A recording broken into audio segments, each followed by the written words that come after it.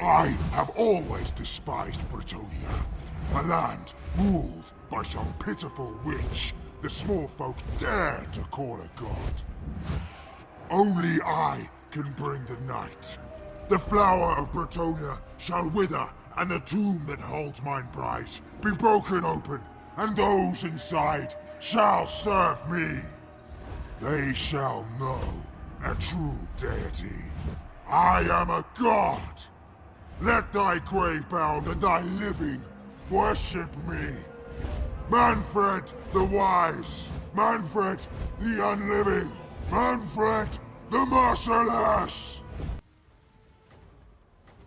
As much as I adore the Total War Warhammer Trilogy, there have been some factions I've never played, or just once. I didn't like their playstyle, or their overall aesthetic just didn't suit me. However, Vampire Coast's arrival in November also brought the II patch, which focused on an overall facelift for the vampire counts. They are well beloved in the Total War Warhammer community, both in single player and multiplayer. After my experience playing as undead factions, the Vampire Coast and the Tomb Kings, I decided to give the vampire counts a try at last, to see if my disinterest in them was incorrect. And oh boy has it been! They quickly became my favorites for their Geoscape and Legendary Lords. I didn't expect to have this much fun with them, nor to explore such intricate single-player campaigns where you cement your unholy domination. So, for this tactical analysis episode, I'm more than excited to dive into the vampire counts and how incredible they are. Let us armor ourselves in accursed full plates, draw ancient wide blades, and execute the eternal will of the von Karsteins. Let the night commence. The Vampire Counts are an undead faction that sets to build an imperium through aggressive expansionism and agent intervention. Vampiric corruption is like Vampire Coats, but with additional effects. Aside from reducing public disorder, it replenishes units faster and causes attrition to non-vampiric armies. Although, Vampire Counts armies suffer in untainted or chaos-ridden landscapes. Quite severely too, if your prospective lords aren't protected from it. It has a much more symbiotic role than in the previous faction I covered. Territories you just conquered will have rebellions grow far faster than your well-secured heartlands. And enemy agents who reduce corruption become dangerous nuisances. As you expand, to preserve a steady, strong corruption rate will be paramount. The vampire counts have great tools to use though. You've numerous buildings that increase vampiric corruption by a lot, and there are several tech tree additions which assist you here as well. Lords and legendary lords can also provide necessary boosts. The Bellfire Braziers, your main corruption churner, if we can call it that, will be one of the crucial buildings considered for every province. Speaking of those, the vampire counts have a complex construction tree. Regional and provincial capitals have a hefty price tag and take more time to build too. There's an even greater emphasis on symbiosis here. Most mid to late game units require 1 or 2 more additional buildings for recruitment. Their prices can reach astronomical heights. 16,000 gold for a level 5 Castle Drachenhof landmark isn't an oddity, it's the norm. They also do take their time, which doesn't help either. Once again, it's balanced. The synergy's best quality are the bonuses you enjoy. You need the Ancient Reliquary to recruit the Graveguard, but they also upgrade their recruitment rank. Vampire Keeps, aside from being necessary to recruit vampiresses, increase their agent cap and provide a medium income per turn. Then you have resource buildings which provide a goods resource, income per turn increase, and faction-wide bonuses. A level 3 Timber Mill, for example, gives you a permanent 3% reduction for your Vargeist, Vargolf, and Fellbats upkeep. That might not look as much if timber wouldn't have been a common resource found in the Old World, your main staging point. If you'll invade deeper into the Imperial provinces, you can have that bonus rack up to 10 or more %. This is where careful management comes in. The Old World has diverse provinces to claim, with different number of regions, resources, and landmarks. As such, you must upgrade your settlements according to the overall geoscape situation. You have to consider which province will be your recruitment center, economic hub, or, yes, even as your main corruptor facility. The Bellfire Braziers are a good example, because at level 3 and 4, they spread corruption to adjacent provinces. Let's observe a developing mid-game Vampire Counts campaign. I want to head out to Stirland and corrupt it for better public order. I have to do that with each untainted Imperial province I claim. Now, you can build a brazier in each provincial capital and speed up corruption this way. Remember though, provinces adjacent to them can get afflicted too. If you put one in Stirland, the corruption will spread to Averland, Ostermark, Talabecland, Wissemund, and even Reichland. So, you've just freed yourself, in total, 5 building slots, 1 for each provincial capital. This isn't just my min-max's nature howling. You need to exercise this plan for a healthy economy. As an empire reliant on unstoppable legions which require at least 2/3 of your income, finances are harder to maintain. Expensive units, buildings, high upkeep, vampire counts are almost never as rich as the dwarves or dark elves. The vampire counts have several recruitment buildings that also generate money. These can be upgraded further in the tech tree up to 30%. They are necessary as much as the resource structures. Trading with factions tied to your evil alignment is also much needed, since the more you grow, the more elite armies you'll need for security. Vampire counts rely on ancient interventions to cultivate their hegemony. And man, do they have lots of agents. Not just types, but caps as well. Necromancers steal technology from rival factions or damage singular units. Vampiresses spread corruption, wound enemy agents, and damage buildings. Banshees are master assassins and wall breakers. White Kings manage your public disorder and slaughter settlement garrisons. You have a panoply at your disposal. It's also difficult to access, since all their buildings are locked at level 3 and suited for provincial capitals. An Agent Covenant, about 10 to 15 members, is key. Don't think this is excessive from Creative Assembly's part. What I always loved about the Vampire Count's agents is how useful each class is. You need the Necromancers, because your tech tree, as short as it is, takes a long time to research. I don't even need to go on about corruption management, a geoscape forte for vampiresses. Banshees can soften armies by removing their potent agents to facilitate victory or create defensive breaches to sally forth through.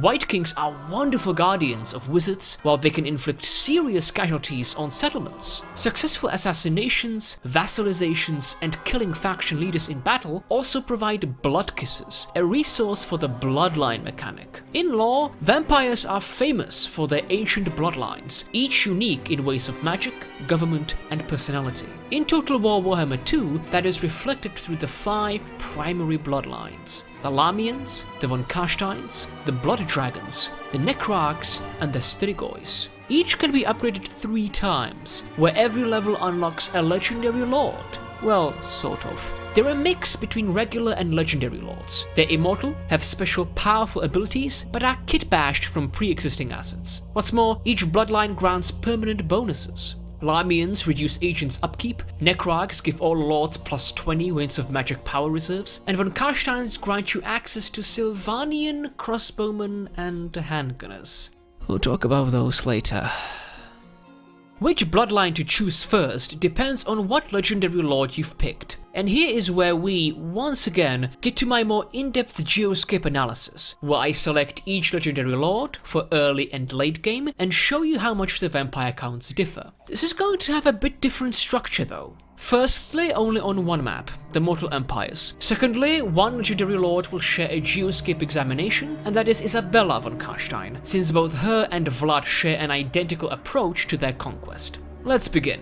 Heinrich Kemmler and Helman Ghost. Man, what a controversial duo. The Trilogy's oldest legendary lords and the most disliked, for gameplay, design, and mechanics reasons. I've always thought of these criticisms as slight exaggerations, since I never played the vampire counts at all, but now that I did, I got to see how truthful those claims were. Right.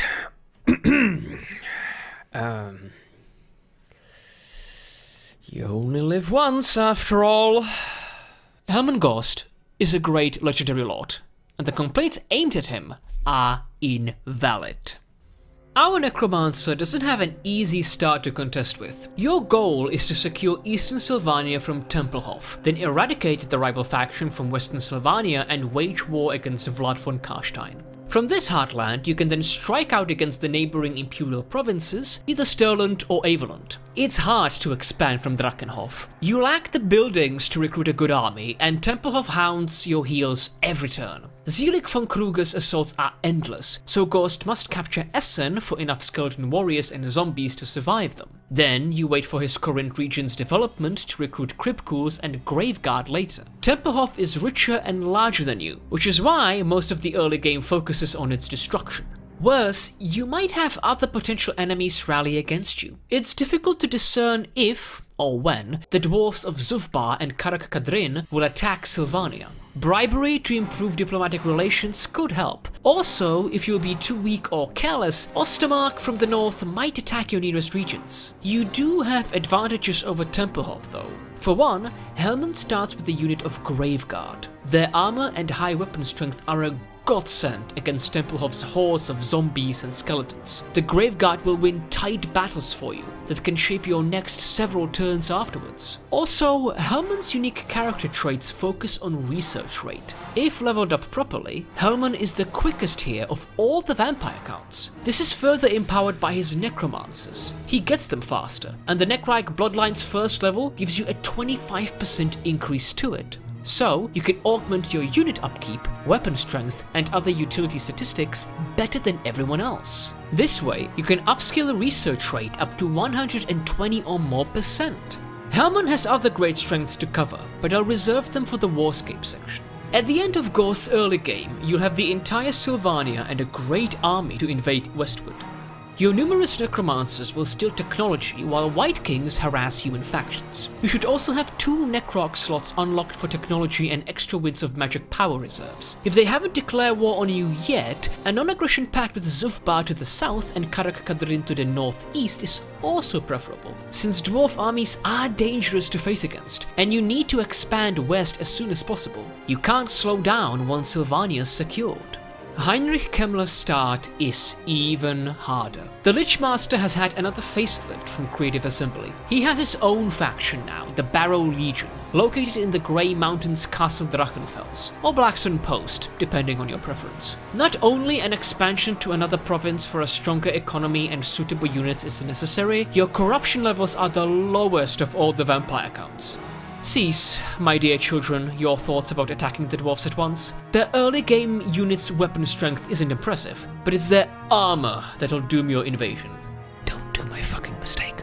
Bretonnians are much easier, since all they have against you are peasant chaff and early game cavalry. You might encounter the occasional 20-stack spam of pitchforks and axes, but they're still not a serious obstacle.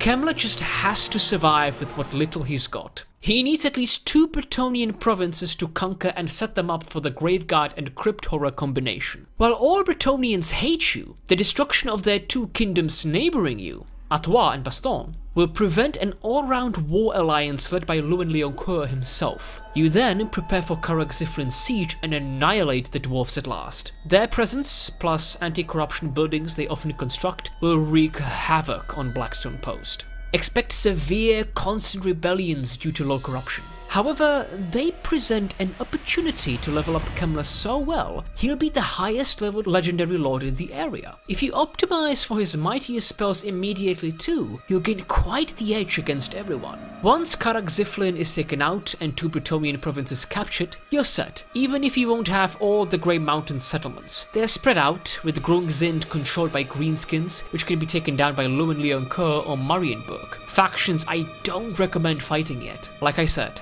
maximize what little you have. After consolidation, you've multiple options. You can obliterate more Bretonnian lands, or, if you're skilled enough, strike at Marienburg for their incredible port. Bordelot could also be another viable economical target. Like Ghost, Kemmler relies on the necromancers. Their technology thefts and Kemmler's own research boosts will facilitate your progress. Upgraded Cryptghouls will decimate early game Bretonnian forces. Kemmler follows Ghost's bloodline plan, the Necrarchs. Diplomatically, Kemmler has it hard to maintain peace between neighbors and faraway enemies. Karak-Ziflin isn't at war with you from the start, but you can understand why.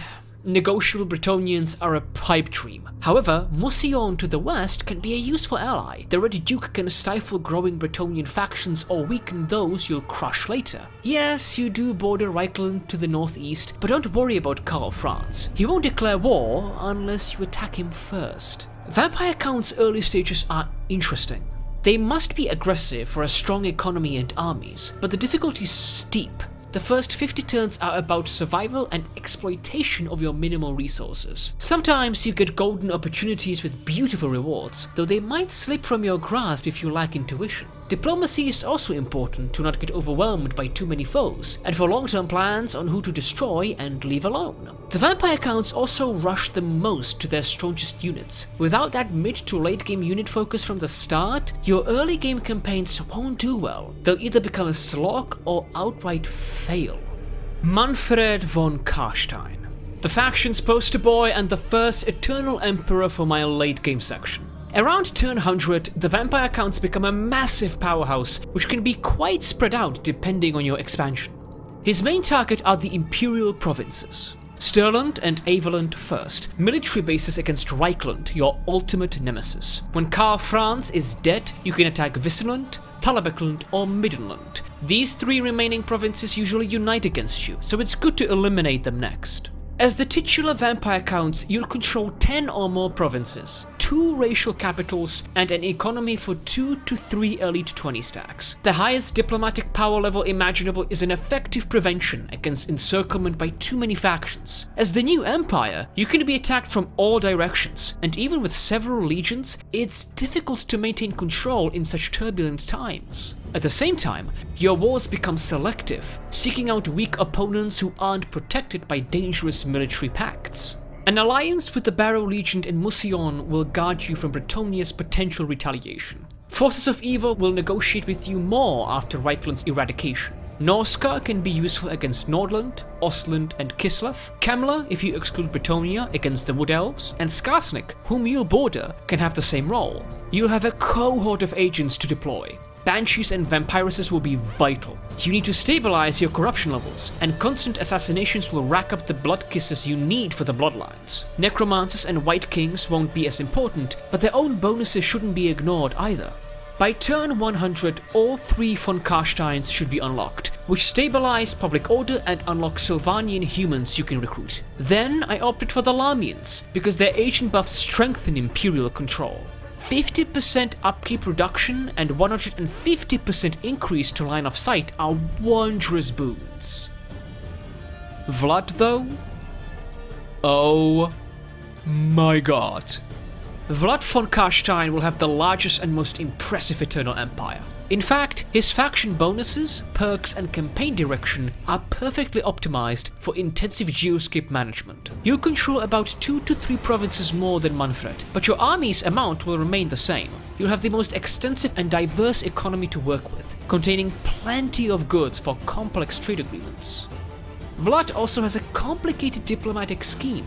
He's a more popular ally for evil factions than Manfred himself. Trade tariffs can become a third of your income per turn ratio. You'll also coordinate more with your rogues gallery against hostile good remainders to cement stability and control. On the other hand, the same forces of good are more hostile towards Vlad. Dwarves will be a problem after you seize Altdorf, Karak Kadrin and Zufba in particular. I recommend housing an army in Sylvania that would invade and raise dwarven settlements adjacent to yours. This should pressure them into a peace treaty. Thorgrim, Grudgebearer's faction will also declare war on you, which is why an alliance with Grimgor Ironhide's Greenskins is invaluable. Vlad mostly focuses on Vampiruses. A few should be in his own army, and the rest used for corruption rate. However, other agents will rise in importance too. Banshees are perfect against dwarven hordes and throngs. With White Kings, they form a wonderful tag team. Vlad has the longest technological development of all vampire counts, so necromancers are a natural extension. Vlad has the most exhaustive bloodline selection. Starting with the Blood Dragons is more than thematic, since it buffs up his incredible Blood Knights cavalry. Then 3 Necrarchs for their magical and scientific boosts, the von Karsteins for public order, Lamians for your agents, and even the Strigoi, who increase ambush chances and rapidly increase corruption. You'll have a council of vampire lords to command. Vampire Count's late game is a construction of a haunted massive that will stand uncontested in the old world. Each turn will take a long while to complete. You're managing a vast economy, an extensive agents list, and multiple provincial constructions all at once. It's much more geoscape focused this time. with keen concentration on gameplay mechanics other factions can ignore, such as the Vampire Coast or Greenskins. With enough skill, determination, and long-term strategy, you'll dominate the old world, and it'll make your campaign so much fun. This is a faction for those who love empires, but with a, well, evil tinge to them. And all that fun mentioned earlier is mirrored in Warscape. The Vampire Count's forces are one of the most complete and branched out rosters in Total War Warhammer. As the undead, they're immune to psychological attacks, and their leadership works differently. They don't rout or turn shattered after a tough melee. They crumble, a continuous loss of health and unit models until the regiment perishes. When defeated, the Vampire Count's entire army disintegrates. At the same time, their units last longer in battle and take a greater damage input than alive factions. This is balanced by their smaller weapon strength and reduced speed, however. Therefore, the Vampire Counts are vulnerable to flanking and rear attacks or volleys, which can decimate their numbers. They need mutual support and smart positioning. They also have a mechanic usable by everyone: Raise Dead. In your campaign's earliest stages, you'll be able to summon the weakest units at once without the recruitment's time cost. Their gradual replenishment relies on what buildings you have. If you won't have a crypt for Skeleton Spearmen, they won't appear in your Raise Dead pool.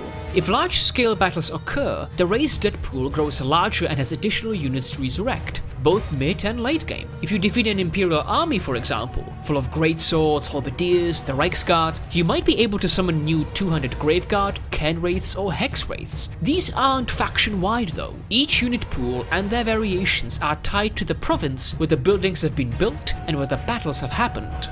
This Warscape section will be almost identical to my first technical analysis, but with some deviations. After all, they're not as split apart by legendary lords as Total War Warhammer 2's character rosters. And multiple legendary lords can share army compositions. I'll also focus more on regiments of renown. This time, they're not only easier to get, but much more useful in combat. But as before, I'll start with units that you must deploy in the beginning. And there's quite a few. Zombies have been the first real chaff unit in the trilogy. This shambling, decayed mob has some of the worst stats in the game. Even basic goblins can beat them. They serve a singular purpose: tar pits. For that, they're the best actually. Their high model count and large health pool slows down any unit they stop in their advance. This allows your remainder to flank or rear charge the entrapped enemies. Zombies can also overwhelm their hostile counterparts, but they must have greater numbers and support. Direwolves are war beasts I used the least. They're speedy critters who counter fragile monsters, hunt down artillery crew or ranged infantry not good at melee. They can be effective in early game, but they won't be at your side for too long. Their stats aren't a worthy long-term investment. However, they have one regiment of renown Helman Gorst has as his special unit. It's an anti-large pack variant. Non-armored monsters do struggle against these doggos, as unbelievable as it may seem. One time, I sent them against the Crypt Horrors, and to my shock, they tore them apart and eliminated an enemy army's best damage dealer. Which is why the fucking Fellbats have been the biggest surprise. They're undead bats that are faster and stronger than direwolves. What's better, they're incredible at their specific role they share with the previous unit. Silver to gold chevron Fellbats obliterate exposed support. You don't even need that many. 2 to 3 flocks are enough to shred the rear. Skeleton Warriors are the first real fighting force. Even though they're still chaff, they've more purposes on their belts. Or purposes. You know what, never mind. Then zombies. They eliminate weaker chaff and tie in early game fragile infantry. Skeleton Spearmen are their anti-large cousins, a bit stronger chaff against cavalry. They don't dish out good damage, but they can slow down cavalry enough to surround and slowly kill them off. This goes for fast monsters as well. Cryptgores are your final recruitment choice you must undertake. Undead, crazed, disgusting monsters that use leg bones as clubs. Their poison attacks reduce speed, melee attack, melee damage, and weapon strength. Theirs trumps over most factions' early game infantry. This is further heightened by research, which ups it by 10%. They still struggle against armor, so even Dwarfen Warriors are too much for them. You can form multiple formations with these units. Skeleton Warriors and Crypt Ghouls should be your center. Zombies can fill that gap too if you've no other choice. Otherwise, let them flank you hard to stop war beasts, cavalry, or additional infantry from surrounding you. Skeleton spearmen can do that too, though they're more multi-purposed. If the opponent has a majority of monsters, they'll secure your front, with crypt ghouls and skeleton warriors right behind them. If it's 50-50, place the spears just behind the front line. Direwolves flank your infantry and should be far enough away to remain unnoticed for successful ambushes and surprise rear attacks. Fellbats will fly above your skeletons. They'll be the first to dart off towards exposed range infantry and artillery crew. Right, let's head on to the more powerful army compositions and prospective legendary lords. Remember when I said Helmengorst is a great legendary lord? I still stand behind that. In fact, this is more prevalent in Warscape than Geoscape. On a brief glance, Helman is a typical necromancer lord who focuses on the lore of vampires and has the master of the undead ability, which replenishes combatants' hit points as long as he isn't engaged in melee. However, he also has a unique Warscape skill tree. It increases his speed, melee defense, and physical resistance. While he won't become a duelist overnight, he will become stronger than your regular necromancer.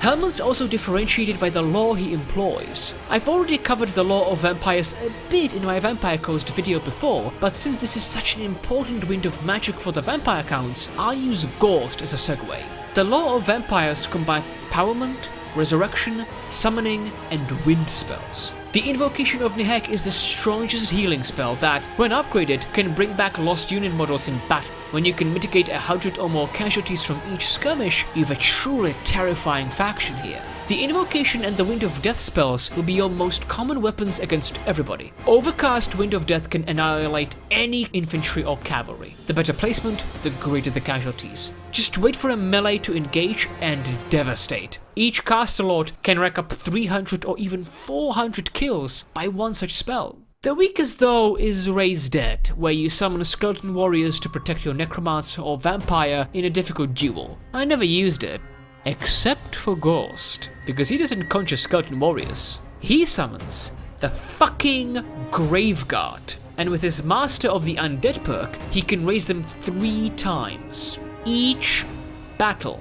Think about that. Armored anti-infantry unit from the rear or flanks against non-armor piercing, weak tier infantry is wonderful for Helman. His strategic options take on a whole new level. He also has the cheapest Wind of Death magic cost. Its high expense can be mitigated by its Overcast upgrade, and for some lords, the Lore Master perk. However, these are a percentage decrease, or just -2 reduction. Ghost, though, as a quest item that not only slashes the recharge rate needed to cast it again, it shrinks the wind further by -4. He literally becomes a Wind of Death machine sped up by magical reserves and conduits that fasten recharge rate. His mount is a specialized corpse guard, dragged by his 4 brothers who die from an excruciating plague. 1. He's a master necromancer. What else did you expect? Yes, I won't start with infantry or cavalry this time, because Helman, once again, provides an opportunity to cover them first. Vampire Count's chariots aren't the quick infantry blenders seen in other factions. Most are very slow and don't do much damage. It is their magical support that matters. And there are 3, technically 4 with Helman, corpse guard types. The first provides +5 melee attack and melee defense for any unit in its spherical range. +5 is nothing to complain about, to be honest. From Crypt Ghouls to Graveguard, units in your center will hammer away at enemies much better. The second corpse guard, Balefire, reduces recharge rate of enemy wizards. And the third, Unholy Lodestone, shares the first corpse guard's abilities, but also heals your damaged units. So, you've transportable focus stones that empower and regenerate units and harm hostile magic users. Having them behind your front line is a perfect formation, as long as they won't be exposed to damage dealers. Couple them with necromancers and legendary lords who also provide regenerative bonuses, and you can create a near indestructible bulk. And for such a powerful wall, you need the Shielded Graveguard, a mid to late game must. Armored, anti-infantry, and with good statistics, these are your enemy's serious hurdle. They're perfect for hammer and anvil strategy or holding the line. They can also destroy non-armored infantry if their melee defense and weapon strength are smaller than theirs. Supported by Invocation of Nehek or Van Hels's Dance Macabre, a spell that increases melee attack and speed is all they need to turn immortal. They also have a Regiment of Renown, the Stearnsmen, Graveguard with charge defense against all, as in their formation can't be disrupted by a frontal charge from any large unit, and regenerate. They should be your Graveguard core. So, what about flanking infantry? It's true the vampire counts don't have much choice here. You've skeleton spearmen, who seriously lag after early game, and then you have the Cairn Wraiths. Cairn Wraiths aren't popular at all in the Total War Warhammer community, a reality I don't understand at all. See, they're ethereal, which means they have 75 to 80% physical resistance against non-magical attacks. Their armor-piercing attacks, though, they penetrate any defense unless they meet magic resistance. They're also the fastest infantry. Thus, you've this great combination for multiple purposes. They can hound down a nearby cavalry and large monsters, surround a front line for flank and rear charges, and can resist continuous damage when under great duress. Of course, avoid enemies whose attacks are magical, or be on the lookout for wind spells. Cairn Wraiths don't last long against those. The vampire counts sport creatures that break lines for their infantry to punch through.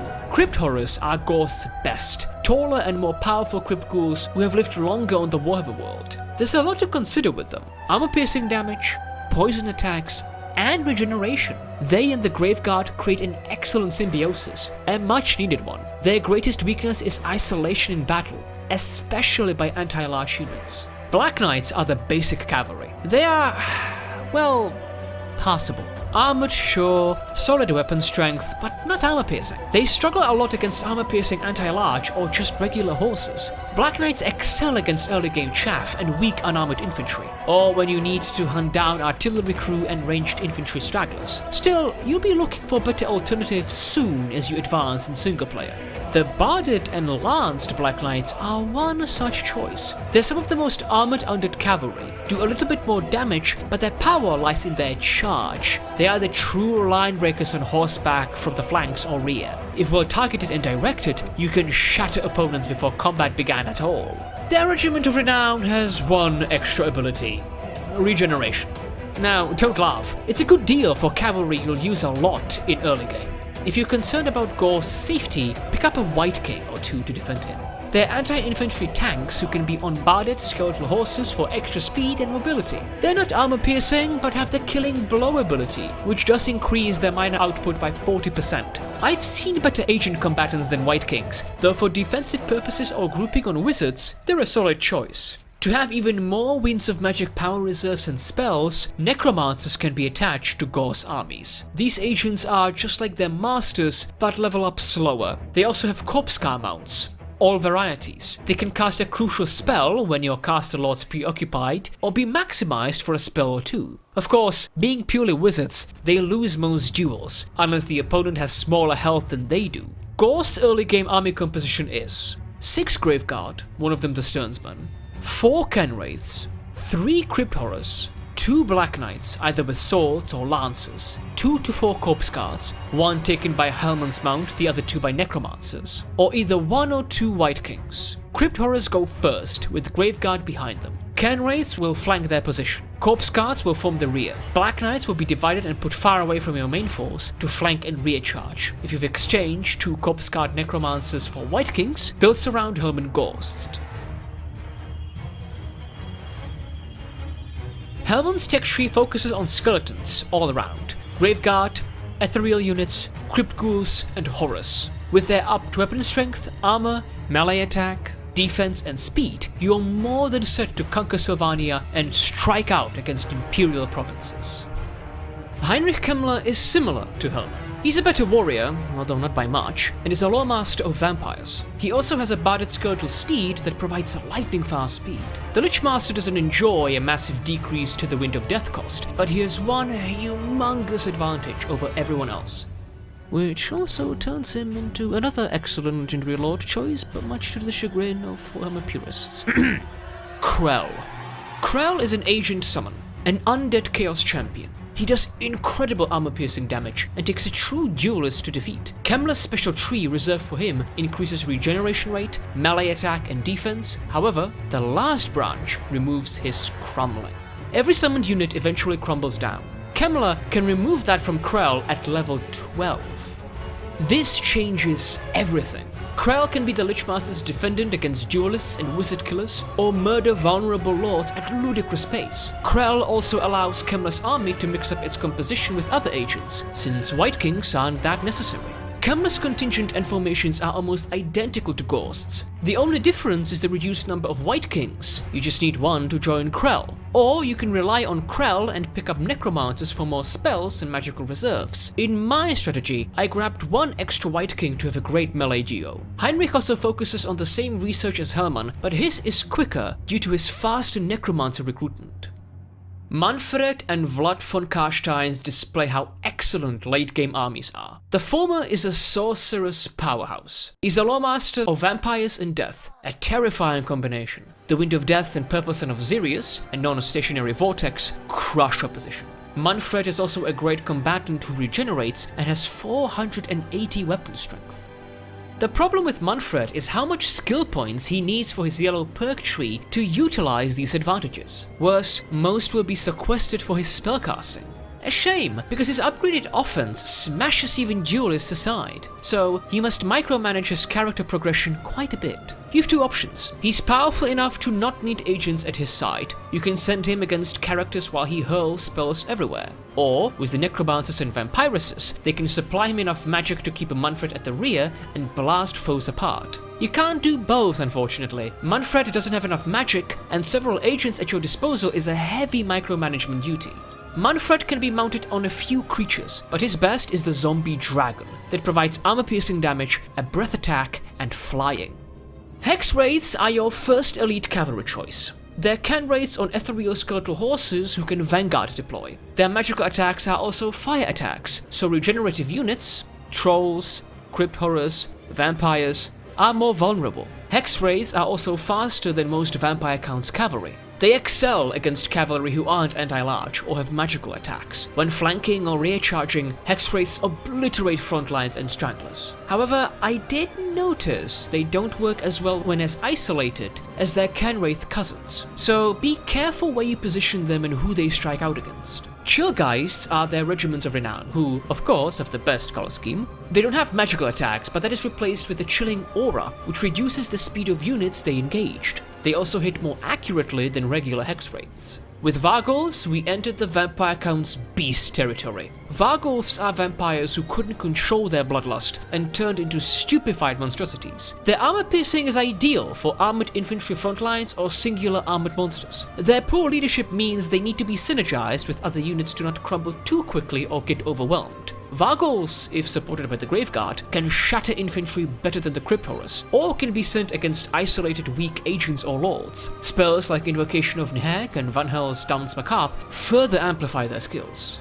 And then you have the Mortis Engines. They're the strongest chariots, faster than Corpse Guards, but not too fast to flank or rear charge front lines. However, they have great armor piercing, anti-infantry damage, and have all the Corpse Guard's abilities activated at once. They strengthen adjacent units, regenerate health, and damage incoming enemies. They're not reliant on synergy either, and can hold themselves well without support. Mortis Engines can tie in infantry for yours to outpower, or wait behind the melee and select which regiments to weaken over time.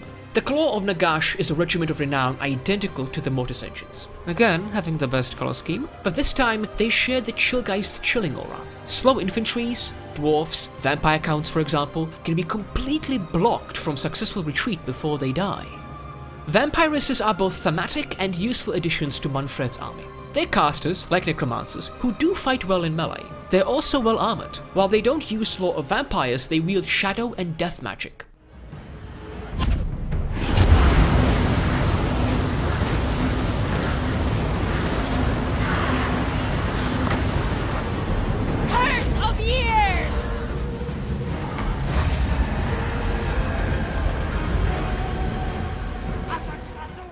It's another wonderful combination. Death magic reduces armor and deals massive magical damage against singular and multiple targets, while Shadow has its own offensive sorceries, but also increases units' armor-piercing damage and melee attack. Vampiruses are best on their Hellsteeds, demonic horses with bat-like wings. Above the field, they rain devastation even better.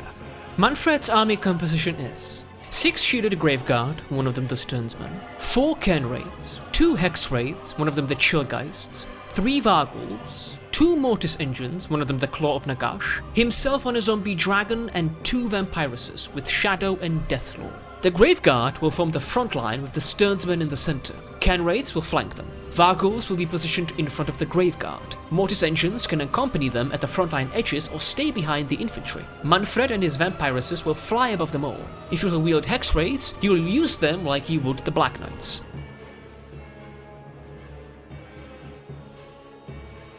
Manfred von Karstein concentrates on beasts, skeletal and ethereal units in his tech tree to amplify his Graveguard, Wraiths, and Varghulfs. Vlad Tepes, wait, different character, fuck, I meant von Karstein, is an interesting legendary lord. He has fearsome 480 weapon strength and is the faction's fastest on-foot lord. He's also the lawmaster of vampires. What makes him curious is his absolute lack of mounts, the only legendary lord to have this disadvantage. He has 2 excellent foci, army buffs and personal defenses. In the former, Vlad can rank up recruited units the swiftest, up to 300 experience points per turn, which can turn any unit to gold chevrons in less than 15 turns. He also reduces the success rate of enemy agents' assaulted units and assassination actions. Vlad von Karstein has some of the most efficient regeneration and highest ward save in the entire game. His quest item, the von Karstein Ring, gives him a permanent 20% ward save. Its ability, upon activation, ups that by another 90%. As such, Vlad must be pummeled by characters of focused fire to lose health or be brought down. He also has some of the highest melee attack and defense statistics, almost 90 and around 80 respectively. His Blood Drinker quest item turns his attacks magical, so you can imagine what he becomes in melee. He can also Vanguard deploy every unit in his army. Say goodbye to faraway artillery and ranged volleys, because Vlad can cut the distance between you and them just by correct position. Isabella von Karstein shares some similarities with her husband.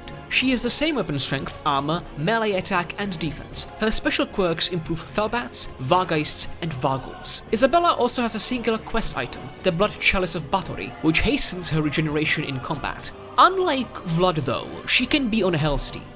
Due to Vlad's geoscape strengths, he allows you to experiment with the army compositions further.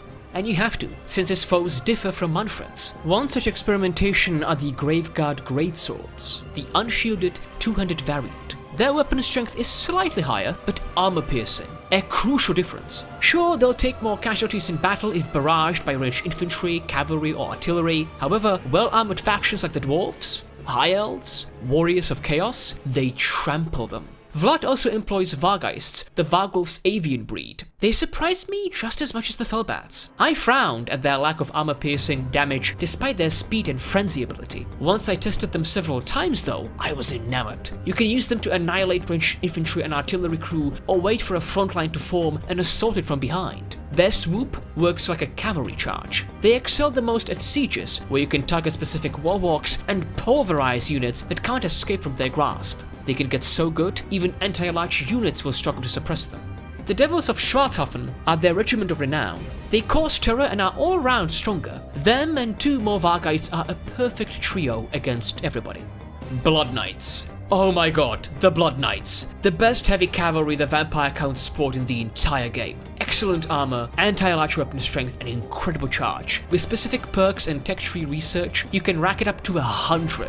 Maximal charge bonus. Their lack of proper armor-piercing output is overshadowed by their positive qualities. You'd need High Elven Dragon Princes to match these Blood Dragon vampires. Now, there are multiple army compositions I'm going to cover this time. Vlad and Isabella too can command 6 200 Graveguard, 4 Cairn Wraiths, 3 Vargheists, one of them the Devils of Schwarzhofen, 2 to 3 Felbats, 1 to 2 Blood Knights, replace them for Felbats and vice versa, and 2 Vampiruses with the Law of Shadows and Death. Vlad can also employ the shielded Graveguard if you're not too worried about armored foes. Vargheists can be replaced with Varghulfs if you prefer land-based creatures. Or if you don't care about being thematic, the Vampiruses can be exchanged for Mortis Engines. There would be slight differences to formations too. Vargheists will fly above your infantry to hit potential targets the fastest. Felbats will be a bit far to your left or right depending on which artillery crew or ranged unit you'll single out. Blood Knights can be a bit closer to your flanks than other cavalry, since they can specifically deal with war beasts too. Vlad, since he's always dismounted, can lead the front line, or stay right behind it. Isabella does the same before she acquires a Hellsteed. Vlad has an identical research focus to Manfred, although he invests the most into geoscape upgrades. The Bloodlines mechanic has created even more tactical options for the vampire counts. You now have 5 distinct lords that are as close to a legendary lord status as they can be. Now, I only used 2 in all my campaigns, but I'll cover them all anyway, since I did some research on them. Let's look at those I've experience with. Blood Dragons are master combatants. They can slice through rival lords as much as infantry ranks. Think of a Blood Knight turned into a lord, and that's who this man is. Their non-armor piercing is balanced by outstanding weapon strength and melee attack. Blood Dragons aren't good casters. They don't have magic reserves, miscast protections, and arcane conduits for their lore of vampires. Their army buffs are incredible, strengthening Graveguard, Black, and Blood Knights, from upkeep decrease to statistical increases. He's their most intensive recruiter. The Blood Dragon's mount is a zombie drag, which is the ultimate choice for all these bloodlines except one. His army composition is a bit monolithic. 10 Graveguard, either shielded or two-handed, 4 Blood Knights, 3 to 4 Mortis Engines or Unholy Lodestone Corpse Guards, and 2 Vampiruses with Death and Shadow Lore to support his weak magic. Place the Graveguard in a long, wide line. The Blood Dragon will lead them from the front on foot, or behind if on a zombie dragon. The Blood Knights will flank them. Mortis Engines should be behind the Graveguard. The von Karsteins, however, are the true game changers. They're similar to Manfred von Karstein, excellent warriors and wonderful casters. The latter's a combination, Lore of Vampires and Lore of Beasts. Transformation of Kadon is the second Lore's greatest spell that summons a Manticore in battle. This vampire though, he summons a Vargulf. Vargulf. And anywhere. Imagine a sudden rear charge from them. This is a fantastic spell to utilize. Von Karsteins focus on monsters. Felbats, Direwolves, and Vargeists. His perks increase their physical resistance, missile resistance, and modify upkeep. The last bonus provides a 100% reduction to Felbats, so these lords can muster as many as they please. Von Karsteins also unlock controversial vampire counts units. Actual humans. Imperial ranged infantry to be exact. Crossbowmen and handgunners. The faction's biggest weakness has always been their total lack of range, but now that's changed. Somewhat. To recruit these, you need to unlock all 3 von Karstein lords, and they have a faction-wide limit. 7 units. I was worried about this implementation since its reveal, because I believed this would make the vampire counts overpowered. And they are, to be honest. Crossbowmen and handgunners turn your late-game armies impervious to any exploitable disadvantages. The von Karstein lords also improve their range and missile damage, 10% each. The von Karsteins can construct multiple army compositions. The core will be 6 Graveguard, shielded or two-handed, then 3 Felbats, 3 Vargulfs, and 3 Vargeists, then 2 to 3 Crossbowmen or 2 to 3 handgunners. The remaining slots can be filled up with Blood Knights or Mortis Engines. If you want more magic, select Vampiruses. Mix previous infantry, cavalry, and monster formation parts here. You position the ranged infantry either at the front or let them stay behind the front line so that they can flank and rear shoot. The Larmian ladies are Isabella von Karstein's amped up version. They're armored casters who are also melee experts and duelists. Their magic is combined from the vampire and shadow lore. In particular, she has the Wind of Death and Occam's Mind Razor, which is a solid pair. She concentrates on personal combat, vampiruses, and geoscape. She can get perfect vigor and abilities that reduce an enemy's character speed and melee attack. Vampiruses in her ranks have reduced upkeep, and vampire-focused buildings are cheaper and quicker to build. So, moving her around from province to province for speedier construction is an ideal situation. She can wield whatever army composition you desire. Of course, for thematic and practical purposes, she should be accompanied by some vampiruses, at maximum of 3, for that upkeep reduction and magic reserves. The Strigoi Lords are, as the later generation would say, fucking savage. They have the second smallest armor-piercing damage output, balanced by high melee attack, which is further empowered by poison. Their true strength, however, lays in their regeneration and resistances. Their health pool is massive, and they regenerate in battle at ludicrous speed. When dueling a character, they can trigger abilities that amp up their armor-piercing damage by 40%. Their lore kit bash is Vampire and Death, although it's the weakest in my opinion. Strigoi concentrate more on debuffs than magical damage. Crypt ghouls and horrors are their core. They increase their physical resistance and reduce upkeep. The Strigoi are the only lords who make them feasible in late game. On the other hand, if you want to facilitate your beginnings, a Strigoi as your first bloodline is a good choice. You'll follow a similar formula to the Blood Dragons: 10 Crypt Ghouls, 5 Crypt Horrors, supported by 4 Mortis Engines or Unholy Lodestone Corpse Guards. His army is the simplest, but still very effective. Their mount isn't a zombie dragon this time, it's the Terrorgeist. Their new anti-large configuration grants you further strategic options to capitalize. The Necrarchs are the final bloodline. They're the best casters, sporting the deepest winds of magic reserves and minimal miscast chances. Their spells are strewn across 3 winds: Vampire, Beast, and Death. They also have the cheapest invocation of Nehek and can ramp up their magic recharge rate farther than anyone else, to the point where they don't need necromancers or vampiruses. They have the weakest melee statistics. The zombie dragon makes them a little better, but Necrarchs should remain behind the front lines. Just like Larmians, Necrarchs can go for whatever army composition you deem necessary. It's true that they can have more units than agents, though for extra security you could get 1 or 2 White Kings. There are a few units I never used. I never reached their recruiting buildings or had no purpose for them. The Black Coach is the latter situation. How do I go about this description? They're a coach, right, that carries a vampire's coffin inside it, I think? And it's also commandeered by a Canwraith. They're chariots with magical attacks imbued by some interesting abilities when engaged in melee. Fire attacks, damage resistance, increased speed, these all activate when Black Coaches hammer into front lines. The Terrorgeists are the final avian monster and the most difficult to get to. They're anti-large, armor-piercing, poisonous creatures whose breath is a special shriek that kills enemies outright. They're a weaker version of a regular dragon, useful against most beasts. I used Banshees primarily as assassins. In battle, they're ethereal agents who do magical, armor-piercing damage. Their slippery ability elevates speed and melee defense, making them harder to hit. Banshees' melee attack and defense aren't the best, however. If you invest into their skills tree and equip them with decent magic items, they can be vital to take out wizards or vulnerable lords.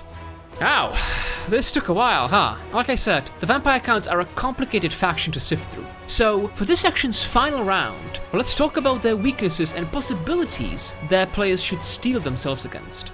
Before the II patch, they had no ranged capabilities. They have now, but under severe cost restrictions. Because starting positions differ, you can't rely only on von Karstein bloodline and rush for the crossbowmen and handgunners. Most of your armies will still be without crossbows and gunpowder. You also have no artillery while fighting factions who have an entire panoply, the Empire and Dwarves. You must coordinate your army to take them out or cut the distance between each other the quickest to minimize casualties. The vampire counts also aren't that great at anti-large. You've Skeleton Spearmen, Blood Knights, and then the Terrorgeists. The first unit is abandoned in mid and late game, for obvious reasons, while the remainder sits behind exuberant building slots and combinations. Factions with monsters as their essential core will have a definite advantage over you. Grouping several units together against singular or regimented monstrosities are your best bet. Armor piercing isn't their forte either. If you exclude monsters, only the 200 Graveguard and Canwraiths do armor piercing. Heavily armored factions require both them and monsters to achieve victory. However, it's to be noted that vampire counts handle themselves much better against factions who don't have much armor. As one of the oldest factions in this trilogy, the vampire counts have grown significantly through the II patch. Now, you have a faction whose accursed ambitions, achieved through complex duoscape means and near invincible armies, can muster itself well against its youngest rivals, whether it be the Lizardmen, High, or Dark Elves. Just like the Dwarves, the vampire counts have expanded their tactical armory in small, subtle ways that open an entire maelstrom of opportunities. This is a faction for dominators. You'll rend imperial provinces asunder and fill the gaping wounds with undead legions to prevent any comebacks. Undead gigantic cannibals or hulking monsters will crack dwarf holds open and make sure your bearded neighbors won't invade your heartlands ever again. Bretonnian horses will neigh in the air as they're torn apart by claw and cudgel alike. Meanwhile, you'll create a haunted empire whose keeps, crypts, and forbidden towers will sustain its nerve center. Spread corruption to control your terrified populace or sow discord in untainted territories. Use banshees to assassinate dangerous agents or vampiruses to blow up buildings so that your enemies can't recruit their much-needed reinforcements. Summon a congress of necromancers to steal technology and gain the upper hand in complicated research. Vampire counts are difficult and can overwhelm you with all the details and synergies involved in their play. Master them though. Pay attention to their needs and think long-term about your vast conquests, and you'll have a faction unlike any other in the old world.